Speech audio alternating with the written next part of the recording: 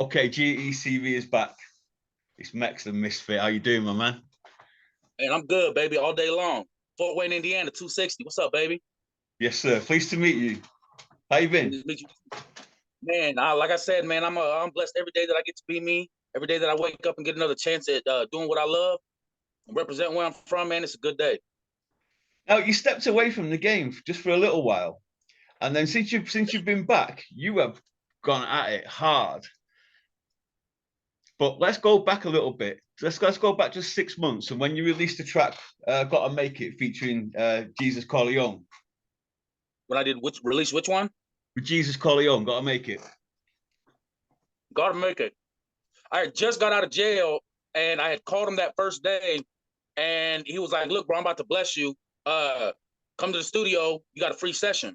So I went to the studio. I was like, "Well, you gonna give me a session? You got to jump on this motherfucker with me because we killed Finally Time, and that's just my brother. You know what I'm saying? It's a lot more than just music with him. Like we talk real life. It's just not. It's a real conversation, and that's the problem with people today is that they forget to have real conversations. Like we're not real people. You know, it's not just music. It's not just business. And so he hopped on it, man, and Gotta Make It came out a classic, man. They bump it in the neighborhood all the time. That's probably one of the first ones that I got constant play on. Like I was going down the street and hearing motherfuckers playing my shit. How So did that feel then when you're coming out of prison to go straight into the studio and get busy straight away? Was that the plan? man, it's it's something I've always wanted to do, and I played around with it too long, so I had to get to a point of taking it serious. If I didn't take it serious, then I wasn't taking life serious. And if I did that, then I'm just not a man. I'm not stepping up to do what I'm supposed to do.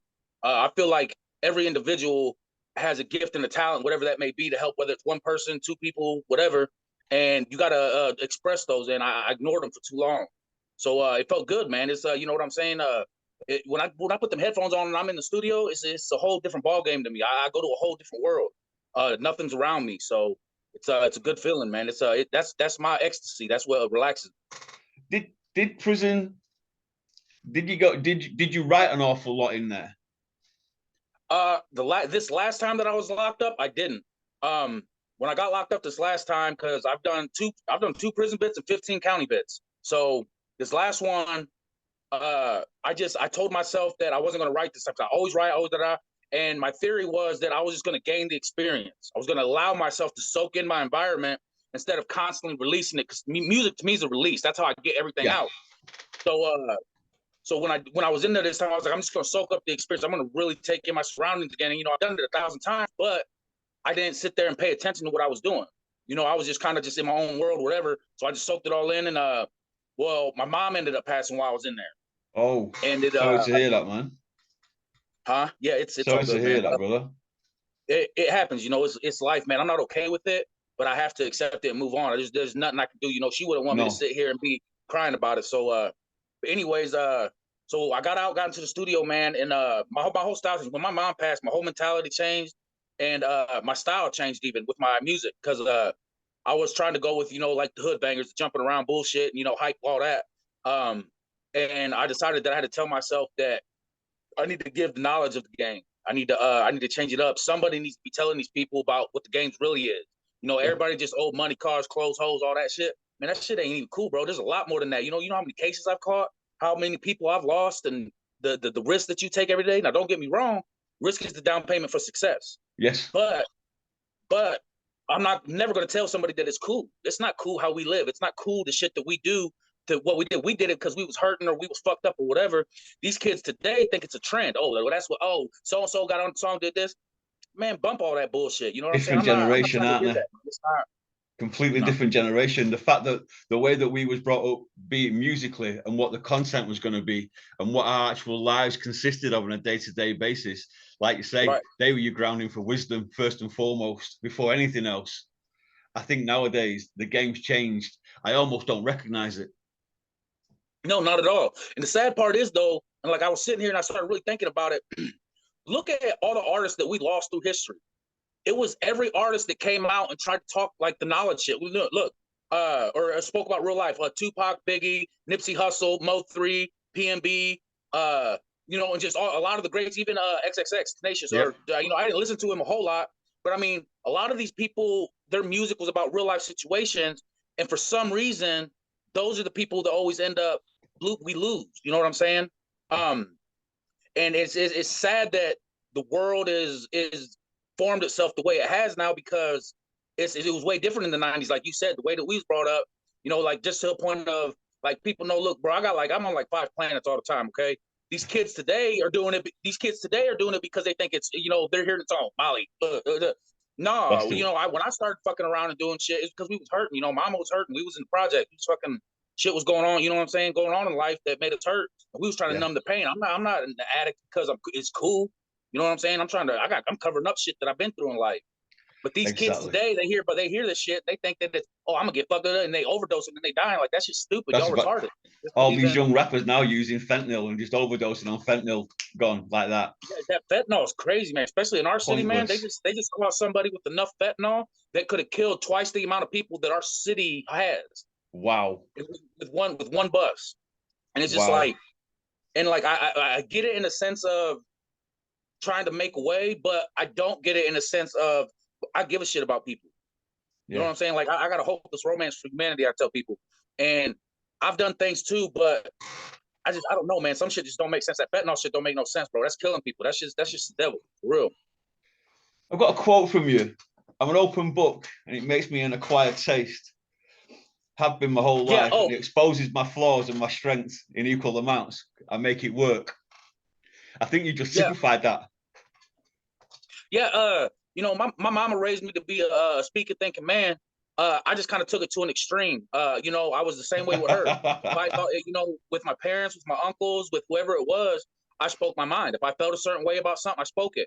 I didn't hide that I did drugs. I didn't hide that I was selling drugs. I didn't, you know, I didn't care to hide nothing, because to me, that's just fake. That's not, you know what I'm saying? But at the same time, I expose every emotion too. If I'm sad, you're gonna know I'm sad. If I love you to death. If I hate you, fuck you, bro. You know what I'm saying? I'm not even. It's what it is. Because I seen that in the Tupac interview actually. When Tupac was still alive, he had just got out of prison. He had an interview and he said, "It's fake to say that you're tough. Like, you know, all these people acting tough and they ain't got no emotions and oh, no love, all this. No, that's fake. Every person feels. You know what I'm saying? And to express all that makes you more of a man, because then that's you being able to willingly express your flaws. If you're not able to express your flaws and to be able to acknowledge things that are wrong in your life that you need to fix, then where are you ever going to go? You're going to sit stagnant. And our whole existence is based on evolution. You gotta constantly be willing to progress. And if you don't acknowledge and work on the things that need fixed, then you're just going to end up on some bullshit, or you're going to end up life in prison. You're going to end up dead. You're going to end up doing whatever, and you're never going to progress. You're never going to go anywhere. And for me, that fits perfectly and marries perfectly with music. For me, music's visceral. It means something to me.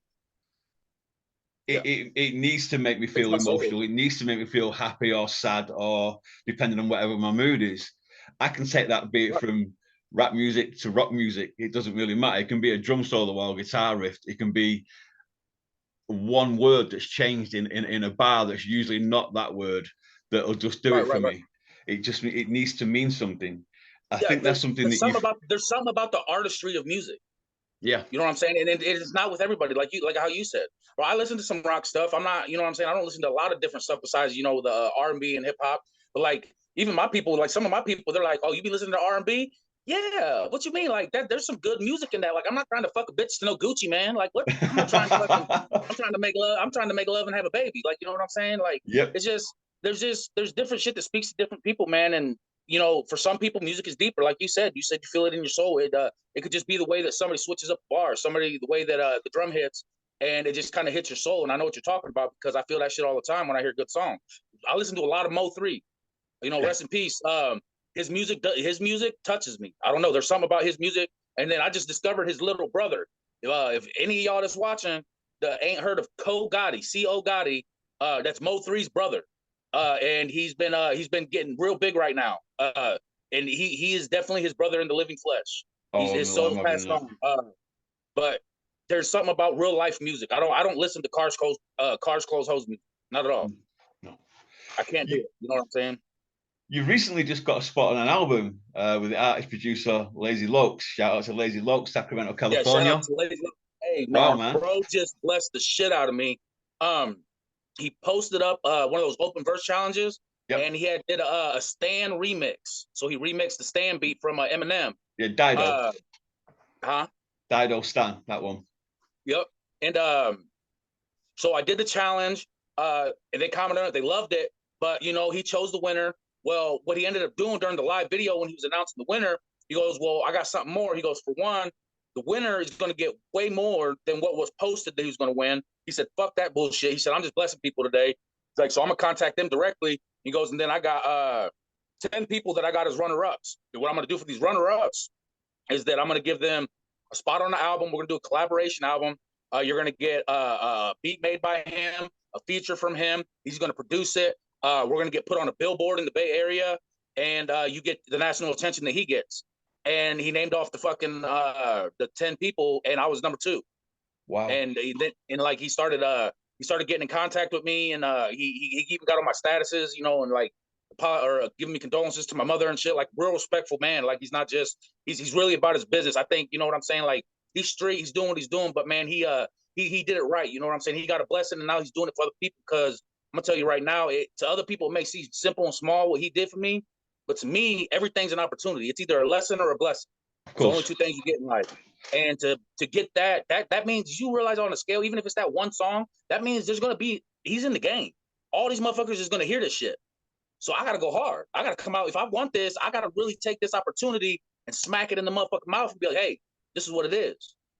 And it's just I'm blessed, man. I'm grateful because it's been hard. My city's a hating ass city, man. I love where I'm from, but the music scene, everybody wants to be that dude. They don't want to. I got a few people to show love. The few people I fuck with, Jesus Corleone, his partner She Wolf. Shout out to Enigma 55. Love y'all. But nobody wants to see everybody else make it. Everybody just wants to eat their own plate, and that's not how we roll. We're trying to. Have you got a time frame on that? Do I got a time frame? If I want to be cocky, I want to say a year, and I'm not going to have to work no more. I'm very confident in my music. I think I'm the best at what I do. Jesus Corleone told me that I'm the alpha dog in music in the city, and I appreciate that, and I take it humbly and respectfully, because I don't think that I'm better than no man by any means. I've got just as many flaws and sins, but musically, and my music, and the way that I write, the shit that I do, I don't think there's many people that's in the game, even motherfuckers that's big time, that can't fuck with me on some of the shit that I write. I do. I'm with you on that one. I actually think it's there for the taking. I mean, I'm doing a bit of research, and like I've got some quick fire questions to ask you about Indiana. Yeah. So let's just get straight into it. Mike Battles or Freddie Gibbs? Freddie Gibbs. What about him? He's motherfucking. Who do you prefer, Mike Battles or Freddie Gibbs? Oh, Freddie, all day. I've been fucking with Freddie since he had the fucking Live from Gary Part 1 and 2. I'm a big Freddie Gibbs fan. He was the superhero. Like everything he's got. He caught a fucked up case overseas though, so I kind of look at him a little different now. But his music though, I mean, he didn't get where he get, because he was bad. He wasn't trash. You know what I'm saying? He brought a style that the game was missing. It was a lot of bubblegum shit that was going on in the industry at the time when Freddie Gibbs got big, because Jeezy signed him. Young Jeezy signed Freddie Gibbs, which we're not gonna talk about that because Freddie Gibbs punked the fuck out of Jeezy and robbed him and everything, and hey, sorry Jeezy. But Freddie got your ass. Hey, straight up. But yeah, Freddie. But anyways, go ahead. Next question or whatever. Kid Quill or Sirius Black? Who the fuck is them? Your local guys. I don't know. I don't know who either. I've never heard of them. Supernatural or Oreo Jones? Jones. If it's the person who I'm thinking it is, because I don't know who the other one is, so I just went with a comfortable answer on that one. Jerome Marquise or Chucky Workclothes?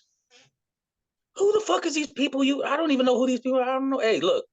Just plucking them out, man. No, you're good. You're good. I've never heard of these people, and that ain't no disrespect to nobody, and I know a lot of music from Indiana, everywhere from Indianapolis to Evansville to Marion to Gary to South Bend to Elkhart. I know a lot of people, and I ain't heard of none of these people. Tragic or Nizzy Nice?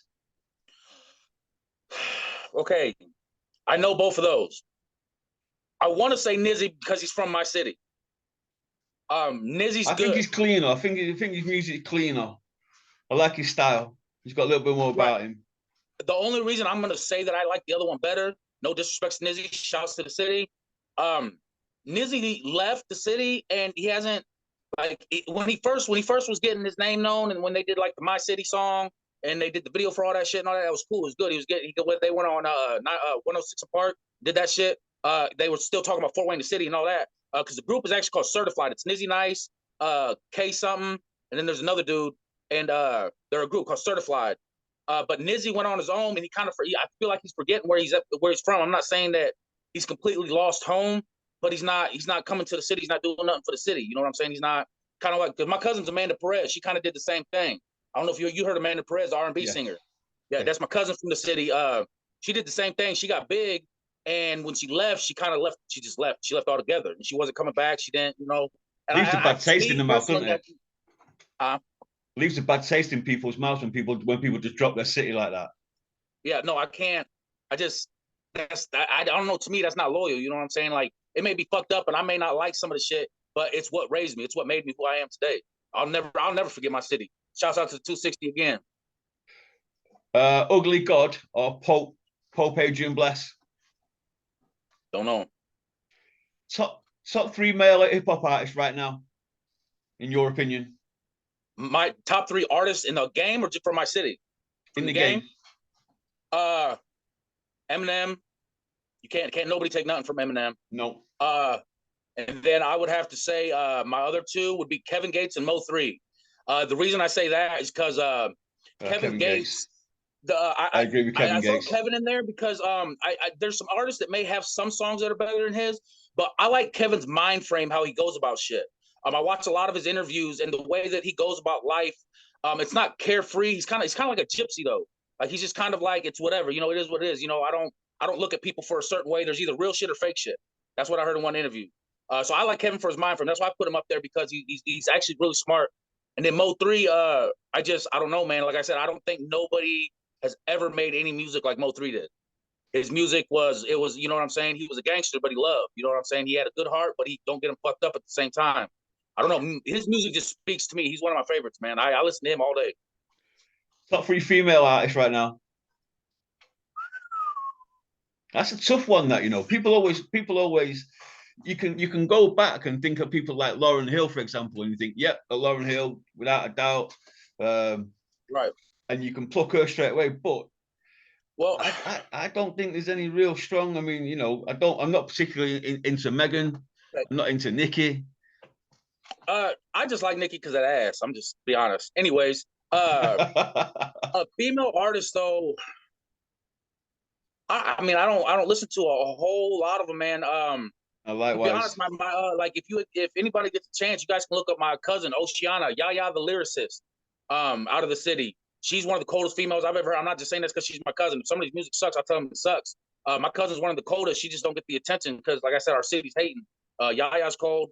But in the game, man, I can't even give you 3, bro. Like, the names that I just hear all the time are Cardi B, Glorilla. She's been doing some big things. Yeah, and then Lotto or something like that. You know what I'm saying? Like, I don't, and that's just going off of just the names I hear. I don't, you know, that's no disrespect to the females. I just don't like none of the music that's coming from them. They're not like the Little Kims or the Remy Ma's or the fucking, like you said, Lauryn Hills. There's no Mary J. Blige. There's no, like, to me, there's no official, like, stamp that says, like, I deserve this spot or not. I don't think that not that they don't deserve it, but, like, I don't know. Music was different when we were growing up, though. Yeah. Can you recall the first album or track that you bought? Yeah. Eminem's fucking Marshall Mathers LP. I remember because my my fucking friend that lived next door, I was like 8, 9 years old. His dad had found out I had the CD, printed out all the lyrics to the CD, and took them to my mom. And was like, "This is what your son's listening to."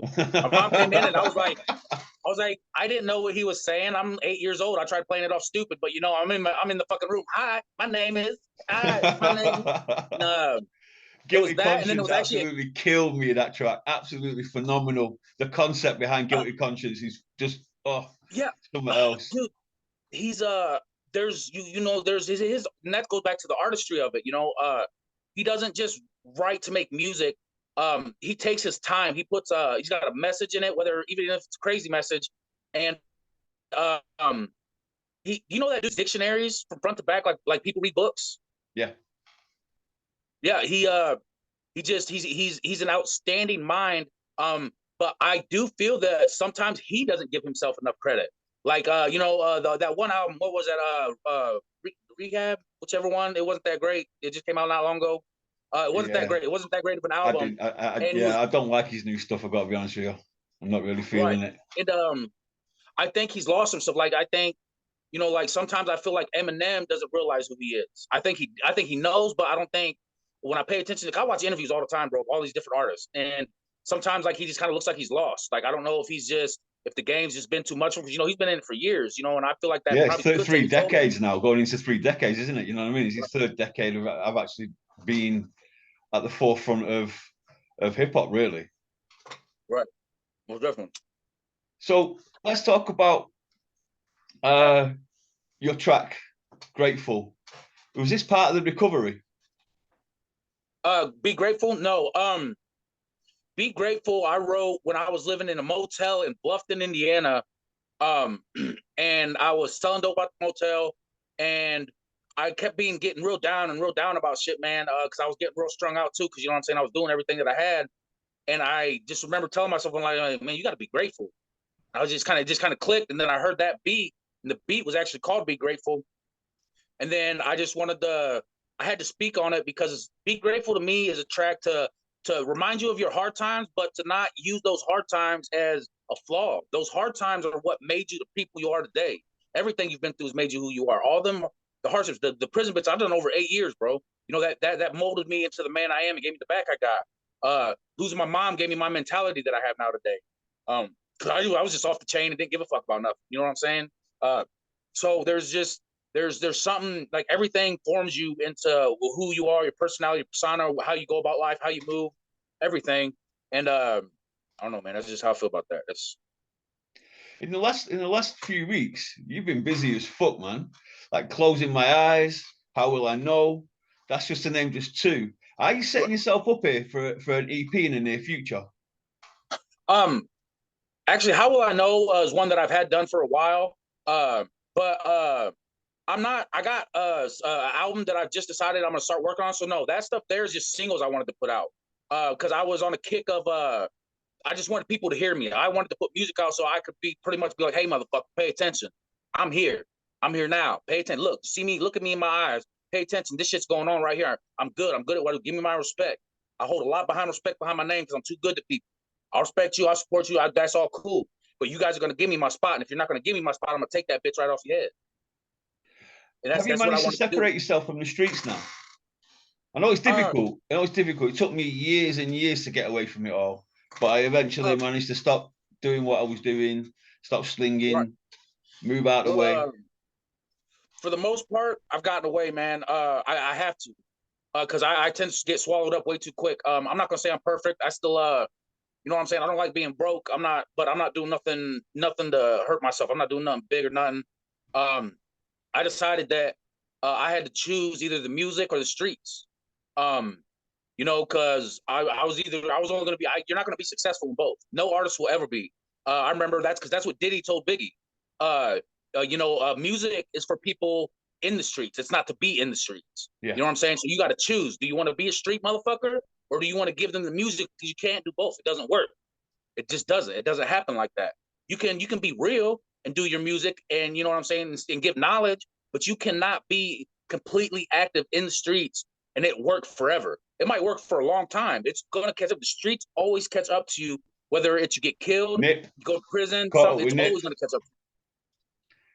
catches up with you, don't you? Either end up dead or in Right, prison, catches up with you.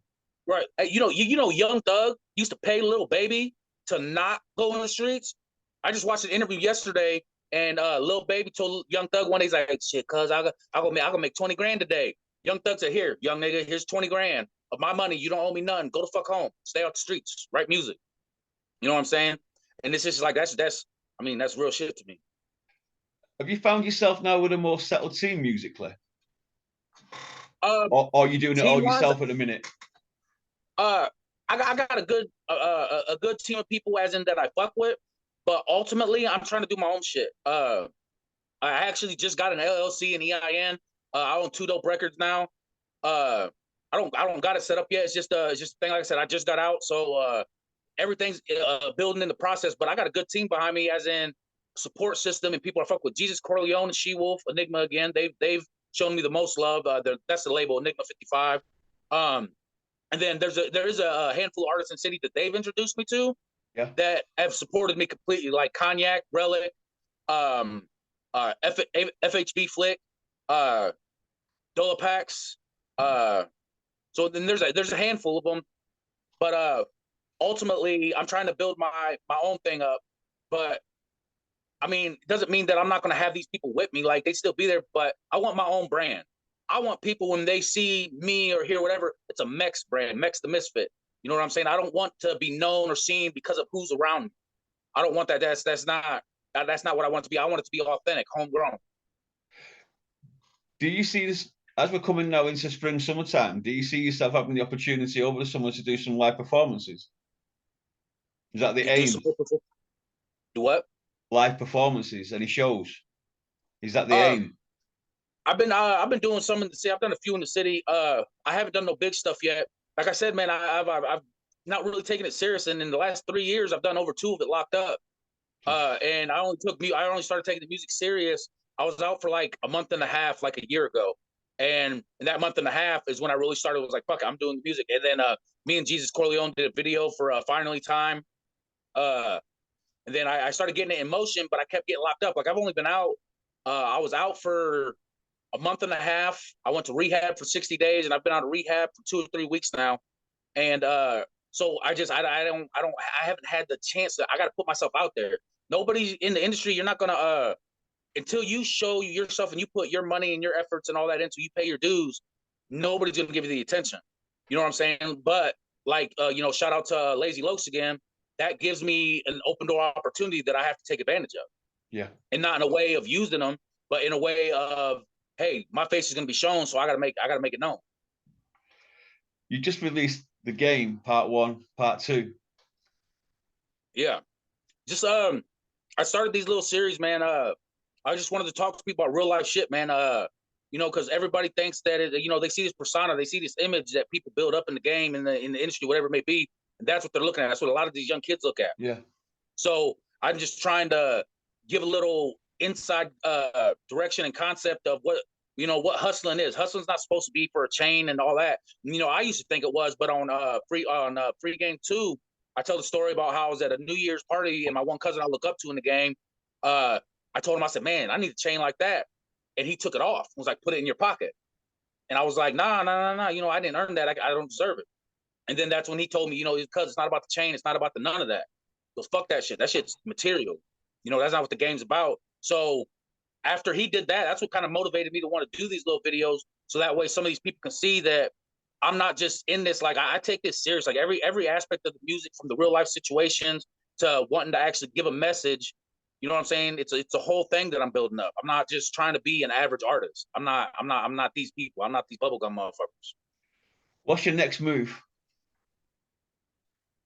Shit, fucking doing this shit with Lazy, and then I'm just gonna keep writing, man. That's all I can do for now. I'm doing the whole work thing and everything, so I'm just trying to get shit lined up. I just gotta really keep my ducks in a row, man. I can't sit here and you can't sit here and be sloppy. You got to be very consistent in what you're doing. I got to constantly push music out. I have to start working on the album, but ultimately, I mean, that's it. I just gotta keep branding myself. Keep branding myself. That's the only thing you can do. It's been an absolute pleasure having you on, man. Is there anyone you want to give a shout out to before we go?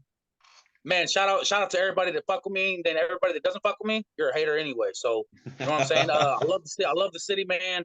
I appreciate you doing this, and shouts out to Lazy. And then everybody that fucks with me, man, they know where the love's at, man. I ain't gotta shout everybody out. They know what it is. Thanks for your time, brother. All right, yeah, hey, no problem, bro. Have a good one. Take care, my man. Yep. Peace.